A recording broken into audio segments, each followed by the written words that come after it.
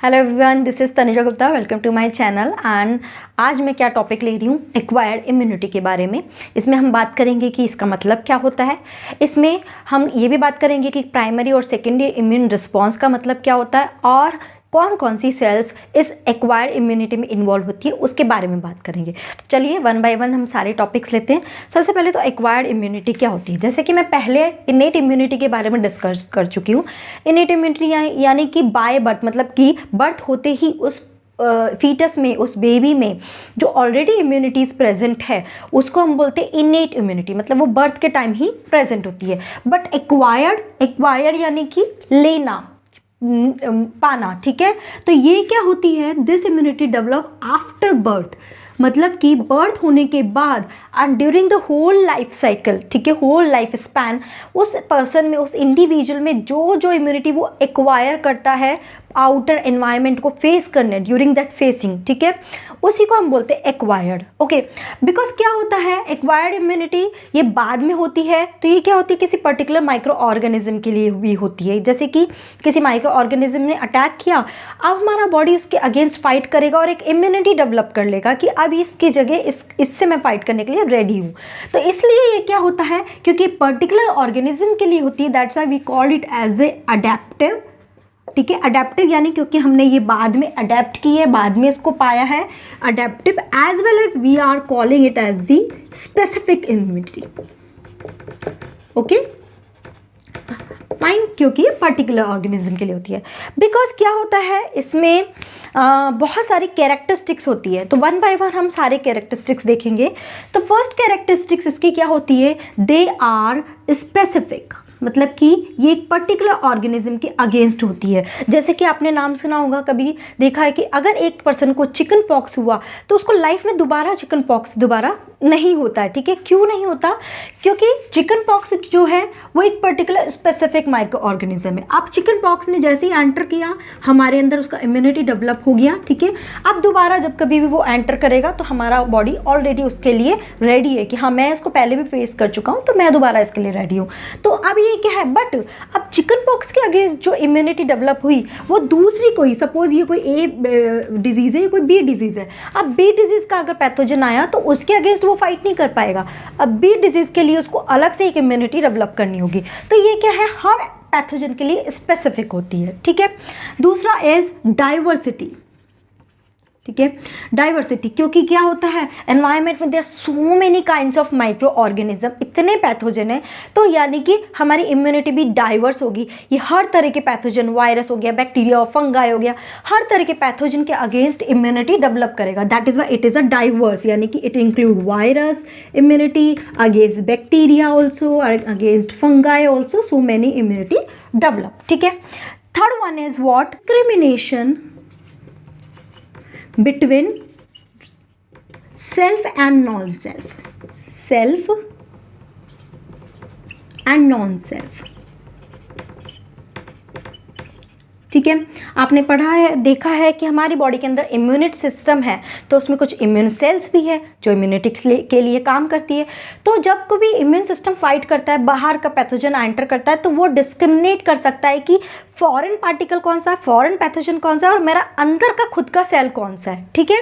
तो it can discriminate in between the self and non self, कि ठीक है मेरा खुद का कौन सा है और बाहर का कौन सा है, और जो बाहर वाला होता है उसके अगेंस्ट ही ये वर्क करता है, ठीक है। Next is what, memory. Memory मतलब व्हाट, जैसे कि मैंने एग्जांपल दिया चिकन पॉक्स। जब कभी फर्स्ट टाइम किसी पर्सन को चिकन पॉक्स होता है तो उस टाइम तो वो इम्यून सिस्टम उसके अगेंस्ट फाइट करता है, क्योंकि वो बहुत नया नया उसकी बॉडी में एंटर किया, तो पहले तो उससे समझता है कि अच्छा ये है क्या, फिर उसके अगेंस्ट इम्यूनिटी डेवलप करता है। अब उसको पता है कि भाई ये चिकन पॉक्स इस तरह का होता है और इस तरह मुझे इसके अगेंस्ट फाइट करना है। जब कभी नेक्स्ट टाइम वो हमारे ऊपर अटैक करेगा दोबारा वही सेम वाला पैथोजन, तो क्या होगा, जब सेल फर्स्ट टाइम जो काम करती है तो वो क्या करती है, उस टाइम जो इम्यून सेल काम किया वो उसको एज अ मेमोरी, थोड़ी सी इम्यून सेल को एज अ मेमोरी अपने पास स्टोर करके रख लेते हैं कि जब कभी नेक्स्ट टाइम होएगा तो तुम ही दोबारा फाइट कर लेना, क्योंकि वो क्या है उसके लिए स्पेसिफिक है, ठीक है। तो जैसे कि मान लो ये ए पैथोजन ने एंटर किया, इसके अगेंस्ट यहाँ पे एंटीबॉडीज बने, ठीक है। बट इसमें से कुछ एंटीबॉडीज़ को एज अ मेमोरी वो अपनी बॉडी के अंदर स्टोर करके रख लेते हैं। जब सेम दोबारा ये एंटीजन अटैक किया तो ये मेमोरी एंटीबॉडीज़ को ऑलरेडी पता है कि उसके साथ कैसे फाइट करना है। जैसे एंटर करता है इसके साथ फाइट करके इसको हैंड टू हैंड डिस्ट्रॉय करता है, मतलब इसको डिजीज़ डेवलप करने ही नहीं देता। फर्स्ट टाइम तो डिजीज़ डेवलप होती है, बट सेकेंड टाइम वो डिजीज़ डेवलप नहीं होती है, मतलब हमें पता भी नहीं चलता कि हम पे अटैक हुआ है दोबारा सेम वायरस का या सेम पैथोजन का। This is called the memory, ठीक है, ओके। तो यानी कि मेमोरी, इसके बेसिस पे हम बोल सकते हैं कि एक्वायर्ड इम्यूनिटी में दो तरह के इम्यून रिस्पॉन्स जनरेट होते हैं, primary and secondary immune response. Let's have a look of that one. See primary immune response जो फर्स्ट टाइम हमारे पे अटैक करता है that is called the primary immune response. Primary immune response में होता क्या है, क्योंकि प्राइमरी इम्यून रिस्पॉन्स क्या है, हमारे लिए अनजान है, नया इंसान है, नया कोई पैथोजन आया है, तो उसमें थोड़ा सा टाइम लगेगा। पहले उसको चेक करेंगे, उसका स्ट्रक्चर देखेंगे कि हाँ इसके अगेंस्ट कैसे काम करना है, उसके बाद ही तो उसके अगेंस्ट काम कर पाएंगे, ठीक है। तो क्या हुआ, प्राइमरी इम्यून रिस्पॉन्स है वो टाइम लगाता है, it takes around 5 to 7 days. मतलब कि उस बैक्टीरिया, उस पैथोजन ने आके हमारे अंदर डिजीज कर दिया, एंटर कर गया यहाँ पे, और एंटर करने के बाद अब हमारा इम्यून सिस्टम क्या है, उसके अगेंस्ट एक्टिवेट हो रहा है, उस पर काम किया, यहाँ ऊपर आकर इसने फाइट किया, उसको पूरा डिस्ट्रॉय किया, और धीरे धीरे धीरे धीरे फिर वापस वो डिजीज़ कम होती है, वापस ख़त्म हो जाता है। तो 5 to 7 डेज लगता है किसी भी डिजीज़ से फाइट करने में। बट अब क्या है, उसके पास ऑलरेडी मेमोरी सेल है, जैसे ही दोबारा ये सेम पैथोजन अटैक करता है, it take give a peak, मतलब एक हाई रिस्पॉन्स जनरेट करता है एकदम से। और यहाँ तो जैसे उसने 5 to 7 डेज लगा, और यहाँ पे 1 to 2 डेज में ही वो, या 1 डेज में ही उसको डिस्ट्रॉय कर देता है, या इनिशियल मतलब कि एक ही अटेम्प्ट में उसको डिस्ट्रॉय कर देता है। This is called the secondary response and this is called the primary response, ठीक है, समझ में आया। तो प्राइमरी रिस्पॉन्स थोड़ा सा टाइम टेकिंग होता है, सेकेंडरी रिस्पॉन्स क्विक होता है और इंटेंस होता है, उसकी इंटेंसिटी हाई होती है, ठीक है, ओके। तो ये जनरली एक्वायर्ड इम्यूनिटी है, ये क्या करती है, इम्यून रिस्पॉन्स तो जनरेट करती है, इसके अलावा ये क्या करते हैं, ऑर्गन ट्रांसप्लांटेशन अगर होता है, ठीक है, जैसे कि किडनी ट्रांसप्लांटेशन है, हार्ट ट्रांसप्लांटेशन है, तो उस में ये वाली इम्यूनिटी वर्क करती है। क्योंकि ऐसा नहीं है कि ऑर्गन को ट्रांसप्लांट करना इतना इजी नहीं होता है, बाहर से कोई भी चीज़ आएगी हमारा बॉडी हमेशा उसको पैथोजन की तरह रिएक्ट करेगा, उसको पैथोजन ही रिकग्नाइज करेगा। तो ऑर्गन ट्रांसप्लांट के दौरान भी एक्वायर्ड इम्यूनिटी उसके अगेंस्ट काम करती है। ये ऑटो इम्यूनिटी में भी काम करता है, ठीक है। ऑटो इम्यूनिटी में मतलब कि हमारा बॉडी खुद की ही सेल को एज अ पैथोजन रिकग्नाइज करता है और उसको ही डिस्ट्रॉय करने लग जाता है। एलर्जी में भी कौन सा रिस्पॉन्स जनरेट होता है, this acquire immunity response he generate होता है, ठीक है। चलिए अब हम इम्यून रिस्पॉन्स के बारे में बोलते हैं कि इम्यून रिस्पॉन्स अगर है तो दो तरह का इम्यून रिस्पॉन्स होता है। फर्स्ट इज कॉल्ड दी, या फिर सॉरी आप इम्यून रिस्पॉन्स नहीं बोलेंगे, दो तरह का इम्यूनिटी सिस्टम होता है हमारी बॉडी के अंदर, ठीक है। अभी तो मैं सुपरफिशियल आइडिया ही दे रही हूँ आपको। इम्यूनिटी सिस्टम, ठीक है, दो तरह का होता है। एक होता है एंटीबॉडी मीडिएटेड इम्यून सिस्टम, ठीक है, क्या है, antibody mediated immune system,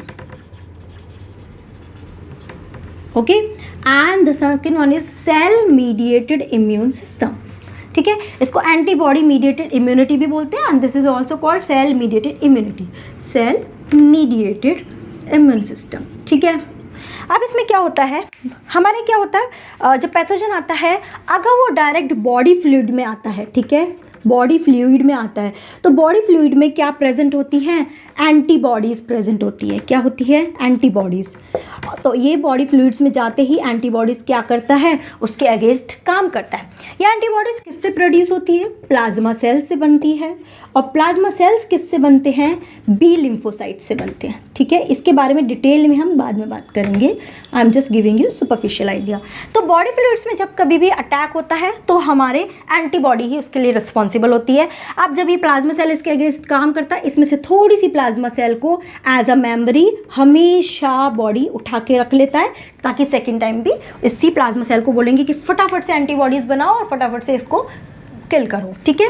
next है सेल मीडिएटेड, यानी कि जब किसी होस्ट सेल पे अटैक होता है, किसी सेल के अंदर कोई एंटीजन इन्वेड कर गया, ठीक है, क्या हुआ, कोई एंटीजन सेल पे डायरेक्ट अटैक किया, उस time cell mediated immunity generate होती है। It is generated by T lymphocyte, ठीक है। बेसिकली इसका रोल क्या है, ये अल्टीमेटली क्या करता है, ओवरऑल बहुत सारी अलग ये मेन है दोनों, इसके अलावा बहुत तरह के इम्यून सेल्स है जो काम करती है, मैं इनेट में भी आपको बता चुकी हूँ, ठीक है।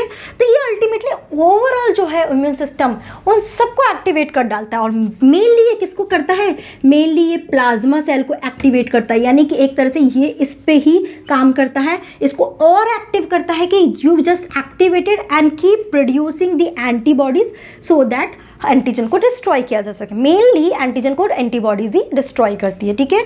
तो अल्टीमेटली प्लाज्मा सेल को ही एक्टिवेट करता है, ओवरऑल एक इम्यून सिस्टम जनरेट करता है, ठीक है, fine. So this is about the antibody and cell immunity. चलो अभी क्विक रिव्यू देखते हैं कि कौन कौन सी सेल्स एक्वायर्ड इम्यूनिटी में इन्वॉल्व होती है। See there are 2 type of cells are involved in acquired immunity. Which one? First category is the immune cells, ठीक है। First category is the antigen presenting cell, जिसको बोलते हैं APC। मैं full form लिख देती हूँ, एंटीजन प्रेजेंटिंग सेल, ठीक है। एंड दूसरी होती है लिम्फोसाइट्स, ठीक है। एंटीजन प्रेजेंटिंग सेल्स बेसिकली ये क्या होती है, दे आर नॉन फेगोसिटिक, ठीक है। ये ऐसे फेगोसाइट नहीं करती है, so they are non phagocytic leucocytes, leucocytes, ठीक है। मेनली ये कहाँ बनती है, इनिशियली तो ये बोन मैरो में बनती है, बट बोन मैरो में बनने के बाद फिर ये कहाँ दूसरे ऑर्गन्स में शिफ्ट हो जाती है। कहाँ कहाँ हो जाती है, लाइक लिम्फ नोड्स में, ठीक है। और कहाँ शिफ्ट हो सकती है, वेसल्स, इसके अलावा लिम्फ साइनसेस में, उसके बाद स्किन की, ठीक है, स्किन की जो स्ट्रेटिफाइड स्किन एपिथेलियम होती है स्किन की, उसमें शिफ्ट हो जाती है। तो इस तरह से अलग अलग तरह के टिश्यूज़ में शिफ्ट हो जाती है और वहाँ पे एक पर्टिकुलर फंक्शंस करती है, ओके। जबकि लिम्फोसाइट्स जो होती हैं ये क्या होती हैं, शुरू में क्या होता है, स्टेम लिम्फोसाइट सेल्स होती हैं, स्टेम लिम्फोसाइट सेल्स होती है। स्टेम सेल से क्या है, इसके पास पावर है अनलिमिटेड डिवीजन करने का। ये क्या बनाते हैं, through a process which is called the haemopoiesis. ये बहुत इंपॉर्टेंट प्रोसेस है, इसे ध्यान रखना, हीमोपोइसिस, ठीक है। हीमोपोइसिस का मतलब है द फॉर्मेशन ऑफ लिम्फोसाइट्स, ठीक है। इस प्रोसेस के थ्रू क्या बनाते हैं, ये लिम्फोब्लास्ट बनाते हैं। Lymphoblast is a group of cell जिसके थ्रू ये अल्टीमेटली क्या बनाते हैं, 2 तरह के लिम्फोसाइट्स बनाते हैं, B lymphocyte and T lymphocytes, जो अपना अलग अलग फंक्शन परफॉर्म करते हैं। बी जो है वो एंटीबॉडीज बनाता है और टी जो है पूरा सेल की इम्यूनिटी के लिए रिस्पॉन्सिबल होता है, ठीक है। सो this is the overview. Next video में हम बात करेंगे डिटेल में बी सेल और टी सेल, यानी बी लिम्फोसाइट और टी लिम्फोसाइट के बारे में डिटेल में बात करेंगे। आई होप यहाँ तक आपको एक ओवरव्यू समझ में आया होगा कि एक्वायर्ड इम्यून सिस्टम होता क्या है, ठीक है। So I hope this is clear to all of you. If you really understood this video, please hit the like button and subscribe and share this channel. So thank you so much guys for watching this video. Thanks a lot.